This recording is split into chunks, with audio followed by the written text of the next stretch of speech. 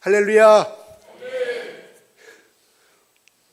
어떤 분이 목소리를 아주 제일 크게 했어요. 아주 지난 일주일 동안 아마 예수 그리스도의 이름으로 승리의 삶을 살고 이 자리에 나와서 아마 하나님 앞에 나 이렇게 예수 그리스도의 이름으로 승리의 삶을 살았고 나 이렇게 복을 받는 인생이었습니다. 나 예수 그리스도를 믿고 이렇게 너무 좋습니다 하고 아마 고백하는 그 고백이 아닌가 생각하여 봅니다. 아멘. 예, 감사합니다.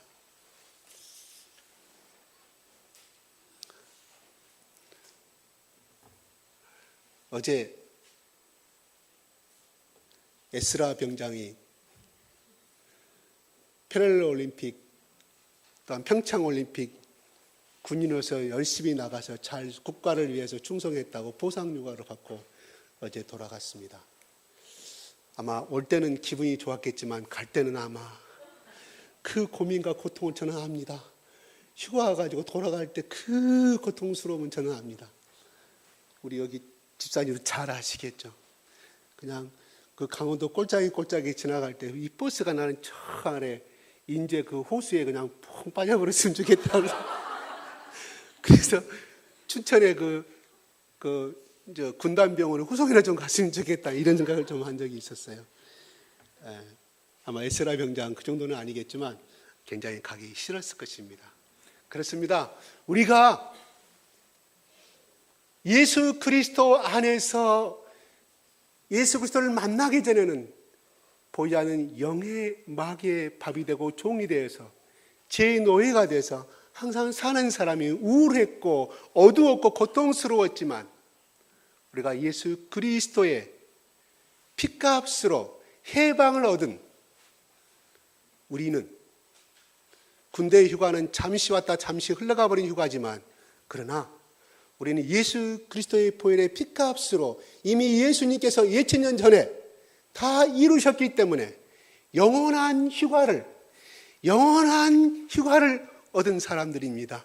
임시 휴가가 아니라 하늘나라까지 이 땅에서뿐만 아니라 하늘나라까지 영원한 하나님 평안에서 살 수 있는 휴가를 얻은 사람들이라는 것입니다. 믿습니까? 예. 우리 해마다 다가오는 종료주일, 고난주일, 다음 주는 또 부활주일입니다. 저는 이 말씀을 준비할 때마다 해마다 다가오는 이 절기라는 개념이 어떻게 보면 우리 가운데 너무 형식화되고 너무 몸에 배어버린 매너리즘에 배어버리지 않는가 이렇게 생각할 때마다 제 자신도 참으로 안타깝고 어떻게 하면 다시 한번 이런 고난주일을 맞이하여서 그 감격을 예수님의 사랑을 다시 한번 맛보는 그 감격을 맛볼 수 있는가 항상 저는 고민해 봅니다. 하나님의 아들이신 예수님께서 육신의 몸으로 이끄시고 이 땅에 오셨습니다. 죄 없으신 그분이 왜 이 땅에 오셔야만 했고 또한 하나님 아버지께서 또한 자기 사랑하는 예수 그리스도 이 아들을 이 땅에 보내셔야만 했을 때 그 아버지의 마음을 우리 한 번이라도 생각해 본 적이 있습니까? 우리는 그저 사랑받아서 나는 구원받아서 하나님 아버지 감사합니다. 눈물을 흘리지만은 그러나 아들 예수 그리스도를 이 땅에 보내셔서 십자가에 못 박혀 죽으시면 안 될 사항을 그것을 바라보고야 하는 아버지 하나님의 마음을 여러분 한 번이라도 생각해 보신 적 있으십니까? 생각이 안 될 겁니다. 왜냐하면 우리는 하나님이 될 수 없기 때문입니다. 결단코 그러나 이것은 알 수 있습니다. 시집 가기 전엔 물도 마음대로 쓰고 샴푸도 마음대로 쓰고 전기도 마음대로 쓰고 부모가 해준 대로 엄마가 잔소리하면 뭐라고 하면 잔소리한다고 하지만 그러나 시집 가서 아기 낳아본 그 순간부터 그 여자는 여자가 아니라 드디어 엄마가 되어갑니다. 여자는 여자인데 엄마가 된다는 사실이에요. 그랬을 때 자기를 키워주고 낳아주시고 하셨던 그 친정어머니 사랑을 드디어 생각이 나서 눈물을 흘리는 것을 우리는 가끔 영화나 또한 드라마를 통해서 또한 를 통해서 고백하는 모습들을 많이 보게 된 줄로 압니다. 그때서야 어머니의 마음을 알고 아버지의 마음을 안다는 것입니다. 저도 아버지의 마음을 알게 된 것은 한 55세 정도 됐을 때 그때 속이 들더라고요. 여러분 40대 되신 분들 아버지 마음 다 안다고 생각하죠. 저도 40 됐을 때 어른이라 생각을 했어요. 아니에요. 제 40세를 생각하면 너무 어린애 같은 마음이었던 것 같아요. 그렇다고 제가 속이 없다는 뜻이 아니에요. 55세가 되고 60세가 되어가니까 그때 우리 아버지께서 퇴근하시고 들어오시면 왜 한숨을 쉬셨고 왜 우리를 쳐다보면서 이렇게 하셨는가를 저는 그때서야 알게 되더라고요. 아직은 더 나이 되면 더 알게 되겠죠. 그러나 현재 내가 느낀 것은 이거라는 말입니다. 그래서 언제가 저는 여러분한테 말했듯이 제가 57세 아버지 무덤 앞에 가서 아버지 그때 내 나이 때 얼마나 힘이 드셨습니까? 내가 이 나이가 되니까 아버지 나이가 되니까 아버지의 마음을 알 수 있을 것 같다고 처음으로 제가 고백을 했고 아버지가 고혈압 때문에 술을 끊으셨는데 왜 집에 들어오시면 막걸리 한 병을 꼭 드셔야만이 잠을 잘 수 있었는가를 저는 이제야 알 수가 있었습니다. 제가 아버지 그때 마음을 이해하지 못하고 왜 술을 드시냐고 날마다 제가 항의하고 반항했던 죄를 용서해 주십시오. 제가 그랬어요. 아무튼 우리 하나님은 그것을 선택하지 않으면 그 방법을 하지 않으면 이 철없는 인간들이 하나님의 사랑을 알 수 없고 하나님의 뜻을 알 수 없기 때문에 하나님이 최종적으로 내린 최후의 방법이고 최선의 방법이었다는 것입니다.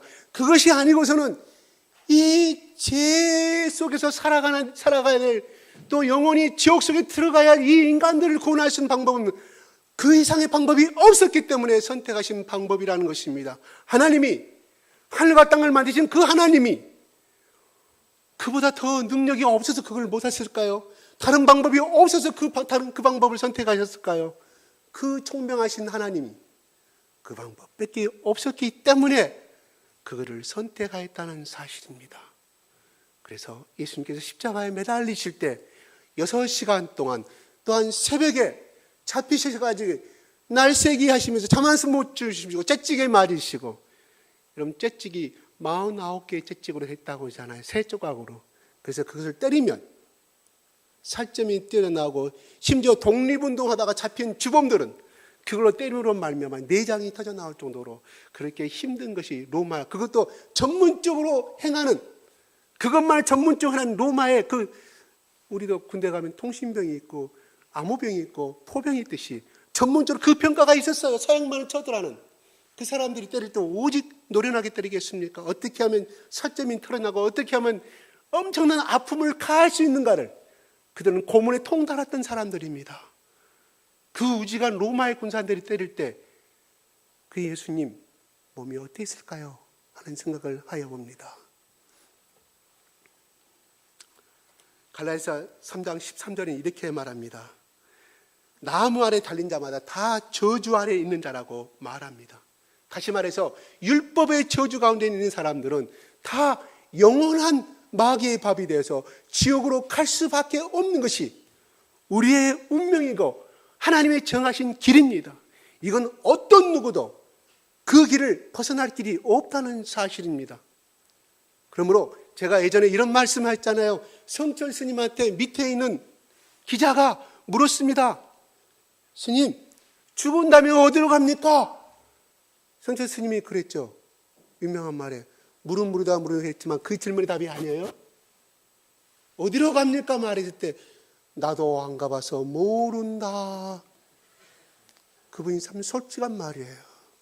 그 말이 뭔 말입니까? 극락 영생을 할지 지옥에 갈지 모른다는 사실이에요. 자기 마음은 확신이 없다는 사실이에요. 그렇게 수많은 도를 닦고 수많은 책을 읽고 수많은 불경을 읽었던 그분이 우리나라의 불교의 제1인자라고 말씀하지 않습니까? 나도 안 가봐서 모른다. 이 말은 그 사람 속에 불안과 죽음에 대한 두려움과 염려가 있다는 사실입니다.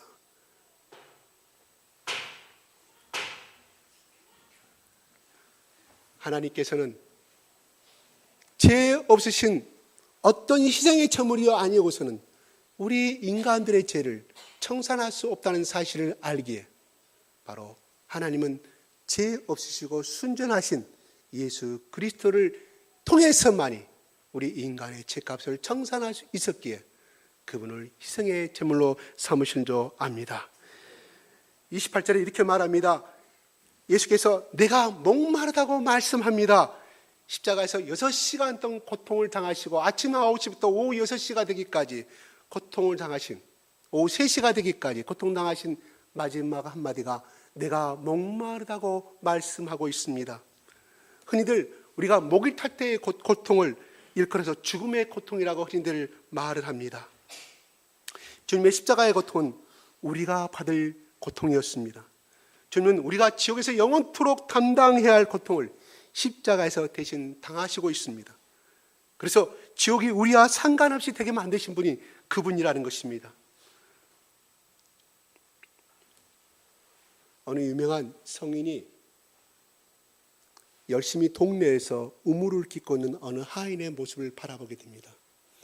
열심히 물통을 해서 그 물가에서 그 두레박을 내릴 때마다 그 집의 하인이 나무 조각을 항상 넣고 물을 담은 다음에 다시금 물통을 내릴 때 두레박에 나무 토막을 넣더라는 것입니다. 그래 참 신기하다 생각하고 그 하인에게 종에게 물어봅니다. 너는 어찌하여 나무 토막을 이 두레박에 넣고 물을 넣느냐고 하니까 하는 말이 그렇습니다. 주인님, 이 나무 토막을 넣지 않냐고 그냥 두레박을 올 때는 올라오는 동안에 물이 그 무게의 중심에 의해서 흔들거림으로 말미암아 물이 다 쏟아짐으로 말미암아 내가 온전히 담고 자는 5분의 1을 못 땄지만 못 담으로 말미암아 5분의 3이 다 5분의 2가 흘러감으로 말미암아 물이 떨어져 버리는 말로 물이 떨어지기 때문에 이 나무 토막을 넣으면 물이 출렁출렁해도 들어 올릴 때 온전히 물 한 방울 떨어뜨리지 아니하고 담을 수가 있기에 제가 이것을 합니다. 주인이 깨닫습니다. 그래서 자기 친구에게 편지를 보냅니다. 친구여, 앞으로 당신의 믿음이 흔들리고 당신의 마음 가운데 불안이 임하고 평안이 출렁거릴 때 예수 그리스도의 십자가의 막대기를 당신의 마음의 물속에 담구라. 그리하면 평안이 임할 것이라고 이렇게 편지를 보냈다는 일화가 있습니다. 우리는 세상을 살아가면서 예수를 믿지만 항상 두려움과 현실 앞에서, 염려 앞에서, 먹을 것 앞에서, 돈 앞에서 우리의 믿음은 늘 출렁거리고 만다는 사실입니다. 우리가 예수 믿으면 당장에 부유한 인생은 된 것은 아닙니다. 마음은 부유할지라도 우리 가운데 그렇게 미신들이 말하고 사마인들이 말하는 그러한 재물의 복은 쉽게 들어온 것은 아닙니다. 예수 믿는다고 록펠렛처럼 또한 유명하신 예수 그리스도를 보고 거부가 된 모든 카네기 강철왕이라든가 이런 사람들도 우리가 당장에 부자 되는 거 봤습니까? 그러면 그 모든 돈들이 예수 믿는 사람들한테 다 굴러오게 되면 나머지 예수 믿지 않는 사람들은 어떻게 살겠습니까? 불평등한 세상이 되어버립니다. 그러므로 예수 믿는 사람들 곧 가난한 자들의, 예수를 믿지 않는 자들의 타켓이 되며 부르주아 인생이 된다는 사실입니다. 하나님은 우리에게 그런 방법으로 역사하지 아니합니다. 중요한 것은 끊임없이 우리가 노력하기를 원하고 끊임없이 땀 흘려서 일하는 것이 제가 거듭 말하지만 하나님이 우리에게 주신 법칙이라는 사실입니다. 우리는 세상을 살아가면서 이 십자가의 주님을 바라보는 것이 참 중요합니다. 십자가의 주님은 바로 목마름의 고통을 맛보신 분이기에 우리가 그를 바라볼 때마다 그는 우리를 도우시고 우리의 고통을 대신 져줄 수 있기 때문입니다. 마음이 무겁고 괴로울 때, 힘겨울 때 나를 위해서 고난당하신 그 예수님의 십자가를 바라보신다고 하면 우리는 매 순간 힘과 소망을 얻고 살아갈 수 있다는 사실입니다. 지난 일주일 동안 여러분들이 예수 그리스도의 말씀을 붙들고 나는 부유한 사람이고 나는 하나님의 자녀라고 자신 있게 매 순간 고백하고 살아간 사람은 순간순간 나에게 다가오는 그 고통과 그 문제 앞에 형통케 하시고 깨트려 주신 그 하나님의 사랑을 체험했을 것이고, 그러나 그것을 잃어버린 사람들은 왜 내가 예수 믿어도 이 모양 이 꼴이며 360을 나에게 변화가 없다 하는 것은 그 사람 속에 바로 예수 그리스도의 보혈의 십자가의 믿음이 그만큼 부족했다는 사실입니다. 이미 우리는 이 세상에서 살아갈 수 있는 성공의 열쇠를 하나님께서 주셨습니다. 그게 예수 그리스도의 복이라는 사실입니다. 우리는 끊임없이 예수님께서 주신 이 성공의 길을 끊임없이 이용해야 되며 끊임없이 불러야 됩니다. 누구를 향해서? 내 문제를 가로막고 내 하나님 앞에 나아가는 그 사랑을 가로막는 그 장벽 앞에서 끊임없이 예수 그리스도의 이름으로 내 앞에 가로막는 장벽들은 물러갈 것이며 문제는 물러갈 것이며 우리 집안에 대대로 내려오는 이 저주는, 가난은 물러갈 것이라고 가감히 예치고 또 나가는 사람은 하나님께서 반드시 승리의 축복의 열쇠를, 축복의 열매를 여러분들에게 주실 거라는 사실입니다. 그것을 얼마나 잘 이용하고 잘 활용하느냐. 다시 말해서 나에게 칼이 있는데 강도가 들어가면 강도를 물리쳐야 할까 아닙니까? 칼이 있는데도 불구하고 나는 옛날의 모습으로 돌아가가지고 무서워, 얘 무서워 한다고 하면 그 사람은 영원한 패배의, 매 순간 패배의 인생으로 살아갈 수밖에 없고, 나는 예수 믿어도 교회 나가도 어쩔 수 없는 인생이라고 사단은 속삭이게 된다는 사실입니다. 예수님은 30절 한번 읽어볼까요? 시작.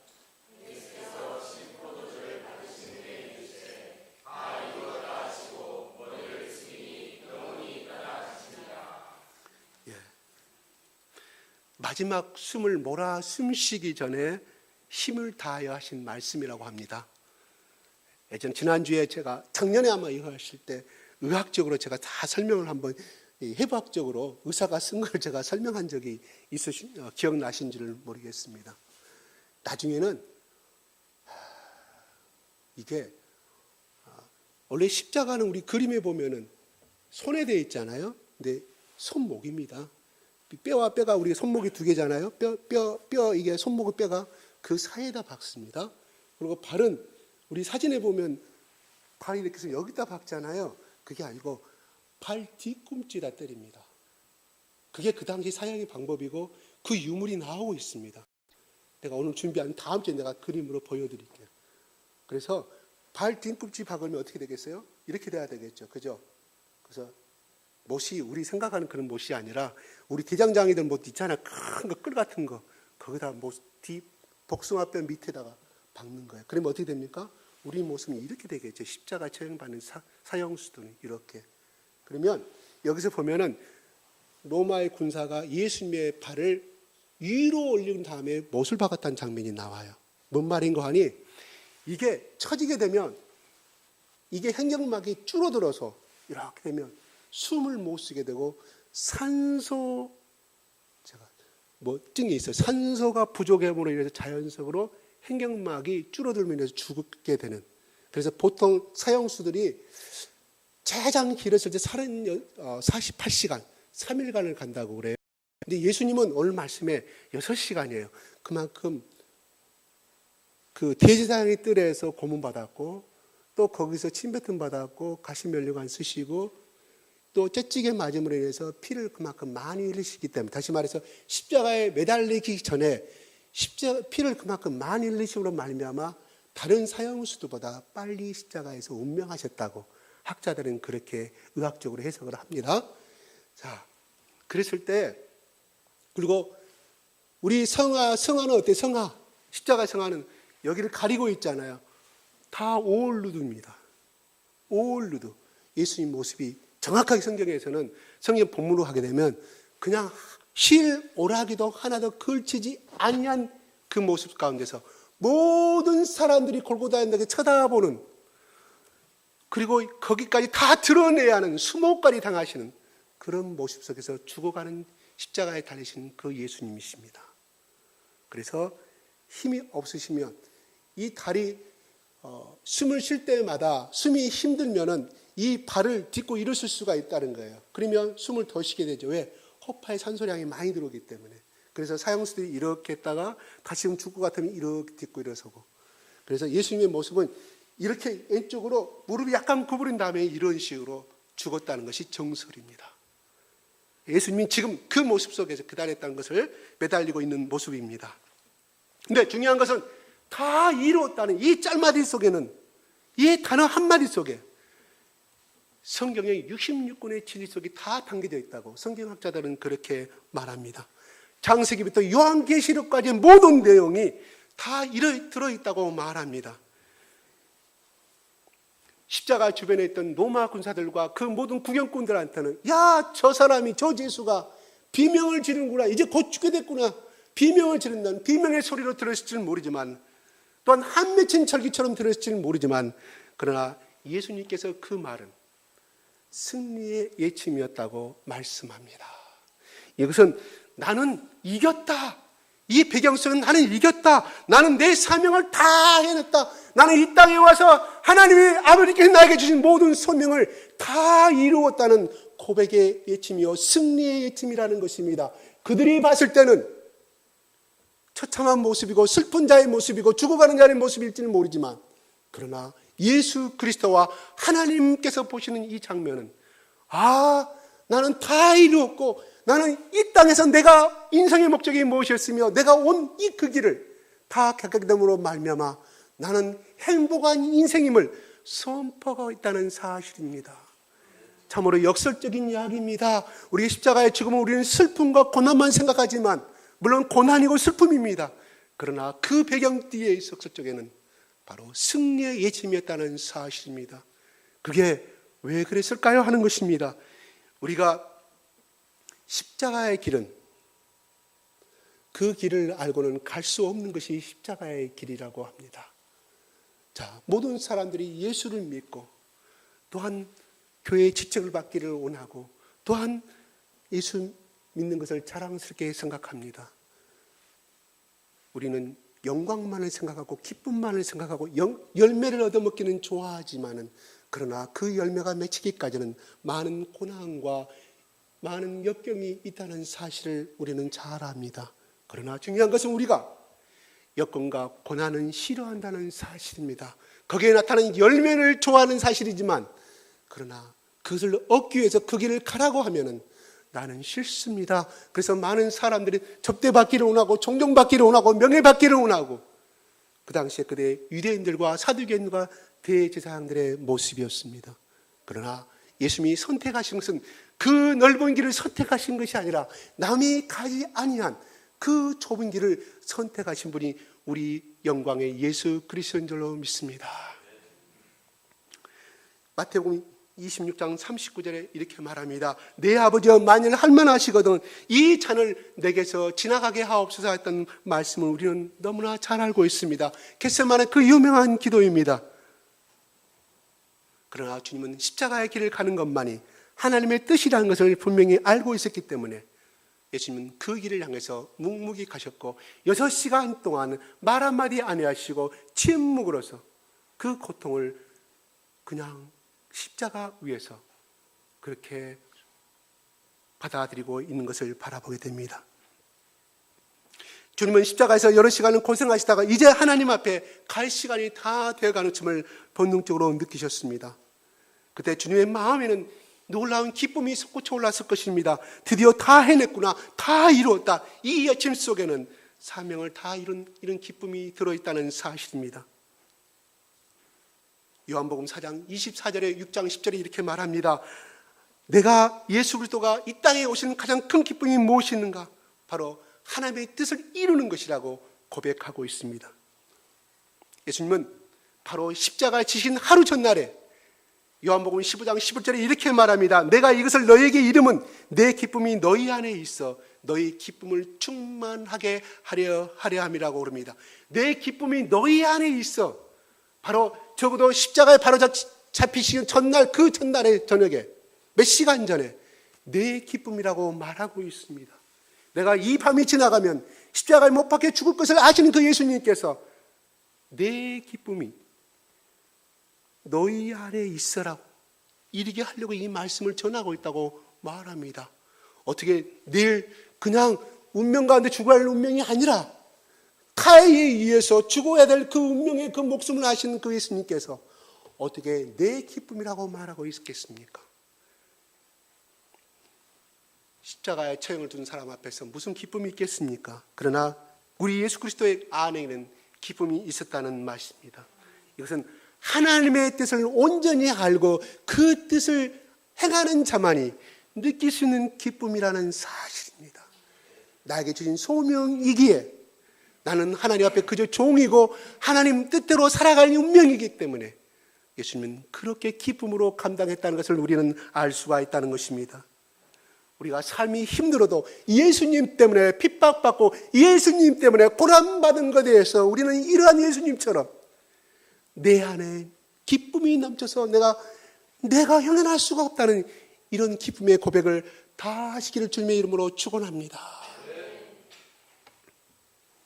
자신이 죽음으로써 전 인류가 구원받을 수 있다는 그 길이 드디어 활짝 열리게 됐다는 그 예수 그리스도의 생각이 그분의 마음속에 물밀듯이 기쁨 속에서 넘쳐났다는 것을 말씀하고 있다는 그 사실입니다. 여기서 다 이뤘다는 말에는 우리가 크게 세 가지로 생각해 볼 수가 있습니다. 첫째로 구약에 예언한 모든 말씀이 예수님 안에서 성취되었다는 것을 말해주고 있습니다.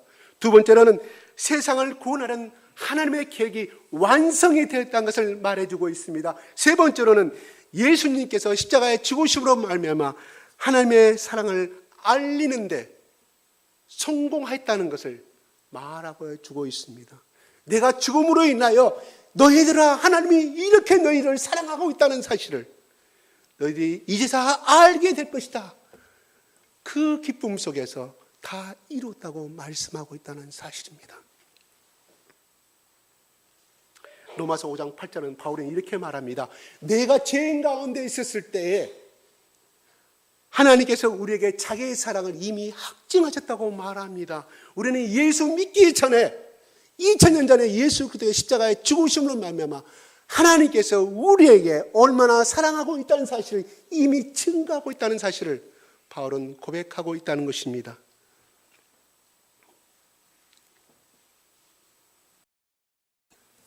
다 이뤘다는 이 말씀 속에는 주님이 십자가의 죽으심으로 우리의 모든 죄를 다 용서하시고 구원하시는 하나님의 뜻을 다 이루셨다는 말입니다. 또한 인간을 향한 하나님의 사랑이 어떤 것인가를 분명하게 보여주게 됐다는 사실입니다. 그 사랑은 희생적인 사랑이요, 무조건적인 사랑이요, 영원한 사랑입니다. 우리 세상을 살다가 위대한 성인들 자기 아들을 위해서 죽었다는 이야기 들었습니까? 자기 이웃을 위해서 죽었다는 사실 들어봤습니까? 가난한 거지를 위해서 병을 고치고 그들을 위해서 옷을 벗을 중에 있다 할지라도 그러나 대신 죽었다는 사실을 여러분 본 적이 있습니까? No, 아닙니다. 물론 몇 년 전에 일본에 간 우리 한국의 유학생이 전철에 떨어뜨린 지하철 땅속 그 철길에 떨어진 그 일본인 사람을 구하기 위해서 자기 희생하였다는 그 대목은 있습니다. 그런 순간적인 의인의, 그걸 우리는 의인이라고 그러죠. 의인의 죽음이라고 말하지만 그러나 예수 그리스도처럼 태초부터 예언되시고 죄가 없으신 분이 누구를 위해서 대신하여 죽는다는 사실은 바로 예수 그리스도 이에는 없었다는 사실입니다. 예수님께서는 그 7시간 동안 6시간 동안 십자가에 매달려서 아무런 불평도 하지 아니하시고 그 고통을 비명 한마디 지르지 아니하시고 그를 참을 수가 있었으며 도대체 무엇이 그를 가능하게 했을 것이며 어떻게 그렇게 장시간 동안에 몸이 부스러진 고통을 당하면서도 그렇게 정신을 차릴 수가 있었으며 자기 희생을 할 수가 있었느냐는 사실입니다.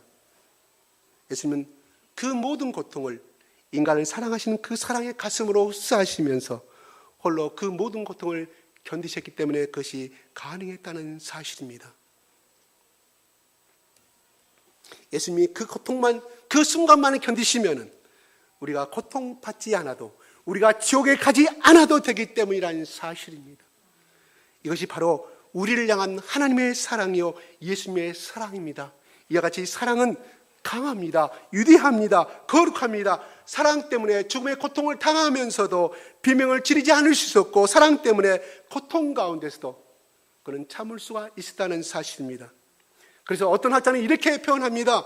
예수 그리스도의 골고다 언덕의 십자가에는, 그 골고다 언덕의 십자가에서 예수 그리스도를 달려있게 한 것은 다른 어떤 것이 아니라 그 로마 군병이 망치로 때려박은 철못이 아니라 바로 사랑이었다고 말합니다.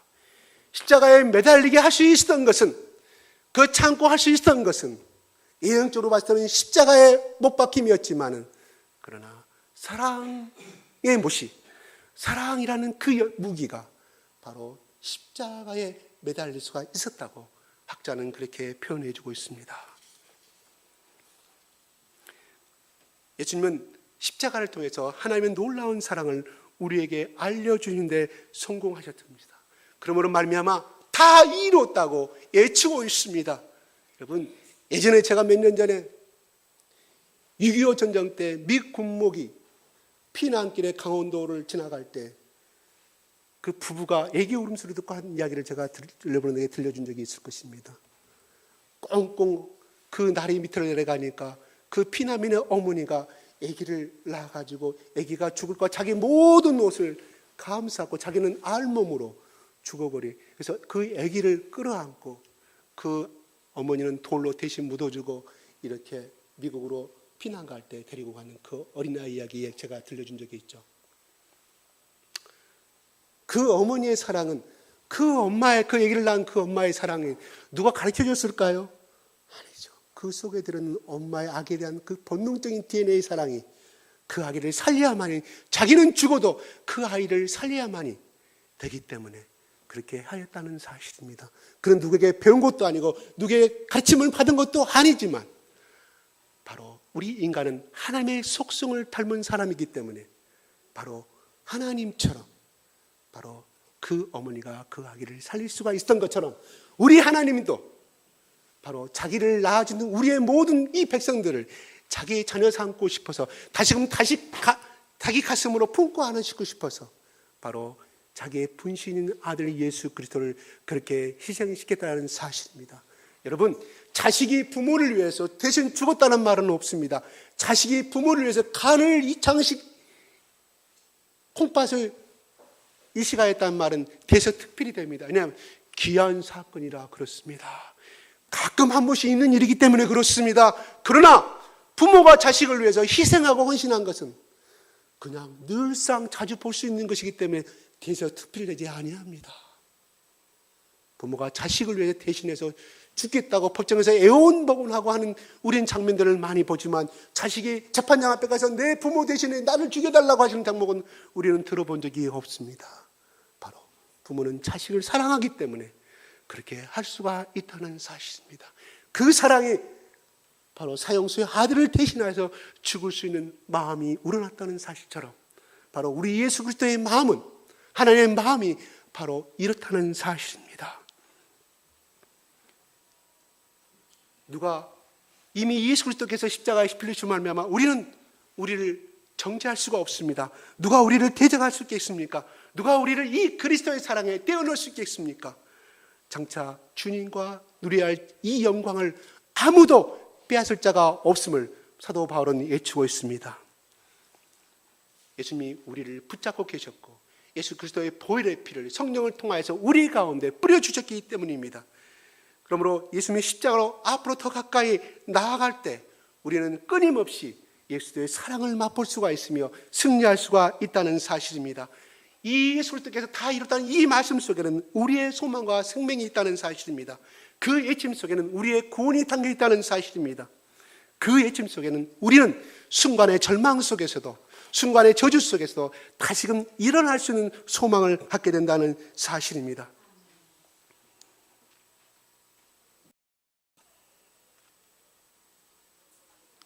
34절에 한번 읽어볼까요? 시작.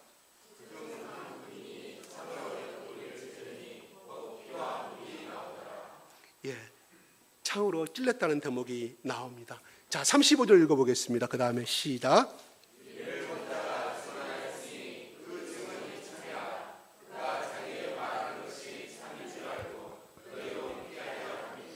여기서는 참이란 말은 거짓에 반대되는 말입니다. 우리 한글로 정말로 사실이, 이것은 진리라는 말입니다. 진리는 무슨 말일까요? 절대 변하지 않는 것이 진리입니다. 사실과 정말 말보다 더 강한 말이 진리입니다. 십자가의 처형과 이 죽음은 진리라는 사실입니다. 예수께서 진실로 우리의 죄를 모두 다 갚아서 계산하여 없애버리신 이 십자가의 죽음이 진리라는 말씀입니다. 이 십자가 사건이 참이므로 이 요한의 이 장면을 십자가 밑에서 바라보고 모든 것을 기록한 이를 본 자는 누구를 가리키고 있습니까? 그 옆에 있던 모든 사람들이 아니라 그 예수 그리스도 십자가에 못 박히는 죽는 그 순간까지 바라보았던 예수 그리스도의 제자인 이 사도 요한을 가리키고 있습니다. 이를 본 자, 내 지금 이 성경을 기록하고 이 장면을 기록하고 나 요한이 참이라 말씀하고 있다는 것입니다. 왜? 너희로 믿게 하려고 하는 것이라고 말합니다.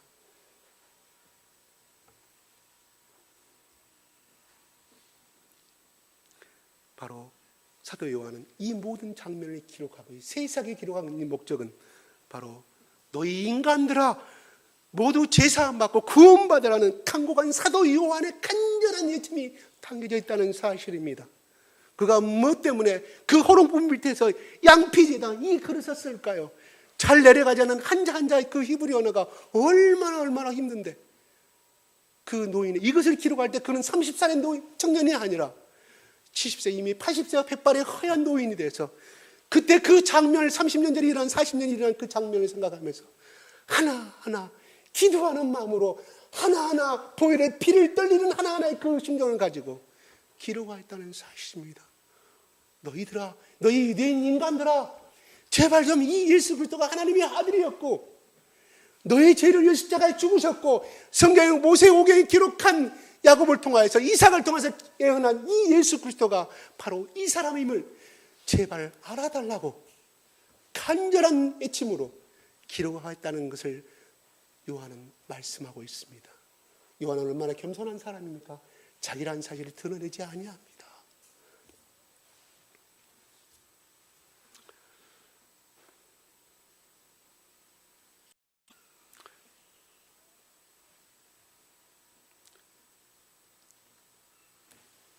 피 흘림이 없은즉 죄의 용서함이 없다고 말합니다. 죄의 용서 앞에는 하나님의 피가 필요하므로 영광의 하나님께서 사람으로 오셔서 십자가에 죽으신 것입니다. 또 인격적인 하나님을 우리가 믿고 공경한다고 하면 하나님의 사랑이 죄인들에게는 절대적으로 필요하다는 사실입니다. 죄라는 것은 절대로 어떠한 방법으로 어떠한 공연이든 어떠한 대가를 치르서라도 절대로 인간의 죄는 벗어날 수가 없습니다. 오직 예수 그리스도의 보혈의 피 능력 앞에는 그 능력밖에는 없다는 사실입니다. 죄 문제 스스로 우리는 절대로 해결할 수 없습니다. 죽음 문제, 본질상 너희는 진노의 자녀라고 말합니다. 뭔 말일까? 너희는 지옥에 가야 할 저주받은 인생이고 죽어서는 이 땅에 살면서 태어나면서 죽을 때까지 진노의 자녀로서 저주받은 자는 살다가 죽어서도 영원한 지옥에 가서 살아가야 될 인생이라고 성경은 말해주고 있습니다. 그런 인생들을 향하여서 바로 그거를 건져낼 수 있고 하나님 품으로 인도할 수 있는 길은 예수 그리스도의 보혈의 피밖에 없다고 성경은 말해주고 있다는 사실입니다. 이 죄 용서의 축복을 다 이루었다고 사도 바울은 말합니다. 예수님은 말합니다.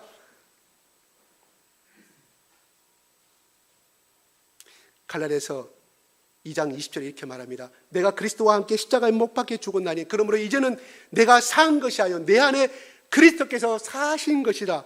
이제 내가 육체 가운데 사는 것은 나를 사랑하사 내 속에 사는 것은 나를 사랑하사 나를 위하여 자기 몸을 이루버리신 그리스도를 믿는 믿음 안에서 사는 것이라고 사도 바울은 담대하게 모든 유대인들 향해서 모든 세상 사람들 향해서 대사형과 그들 기득권들을 향해서 유대인들 향해서 그렇게 외치고 있습니다. 내가 너희들이 믿었던 그 율법이 아무 쓰레기도 똥만도 못하다 쓰레기만도 못하다.